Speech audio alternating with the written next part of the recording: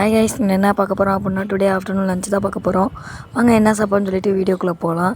இன்றைக்கி தொண்டை வந்து ஒரு மாதிரி சரியில்லை, கொஞ்சம் அட்ஜஸ்ட் பண்ணிக்கோங்க. சாரி, தொண்டை கட்டி இருக்குது.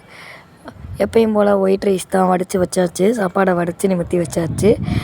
ஒயிட் ரைஸுக்கு என்ன குழம்பு வைக்கலாம்னு சொல்லிட்டு பார்த்தோம். வெள்ளைப்பூடு இருந்துச்சு நம்ம வீட்டில், வெள்ளைப்பூடை போட்டு புளிக்குழம்பு வச்சுக்கலான்னு சொல்லிட்டு வெள்ளைப்பூடு புளிக்குழம்பு வச்சாச்சு.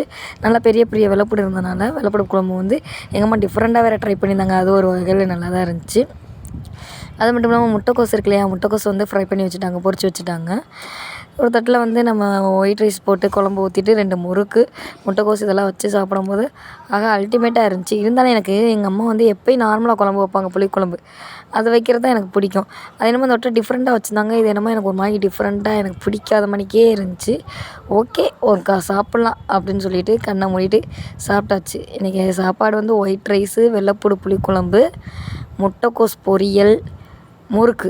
இதுதான் இன்றைக்கி நம்ம வீட்டில் சாப்பாடு. உங்கள் வீட்டில் என்ன சாப்பாடுன்றதை மறக்காமல் கமெண்ட் பண்ணுங்கள். இந்த மாதிரி இன்ட்ரெஸ்ட்டான வீடியோ பார்க்குறதுக்கு மறக்காமல் நம்ம சேனலை சப்ஸ்கிரைப் பண்ணிக்கோங்க. அடுத்தடுத்து இன்ட்ரெஸ்ட்டான வீடியோ நம்ம சேனலில் வரப்போகுது.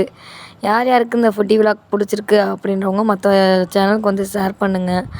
ஒயிட் ரைஸ் யார் யாருக்கு பிடிக்குன்றதை கமெண்டில் சொல்லுங்கள். வெள்ளைப்பூடு புளிக்குழம்பு யார் யாருக்கு பிடிக்குன்றதையும் சொல்லுங்கள். ஓகே, பாய்.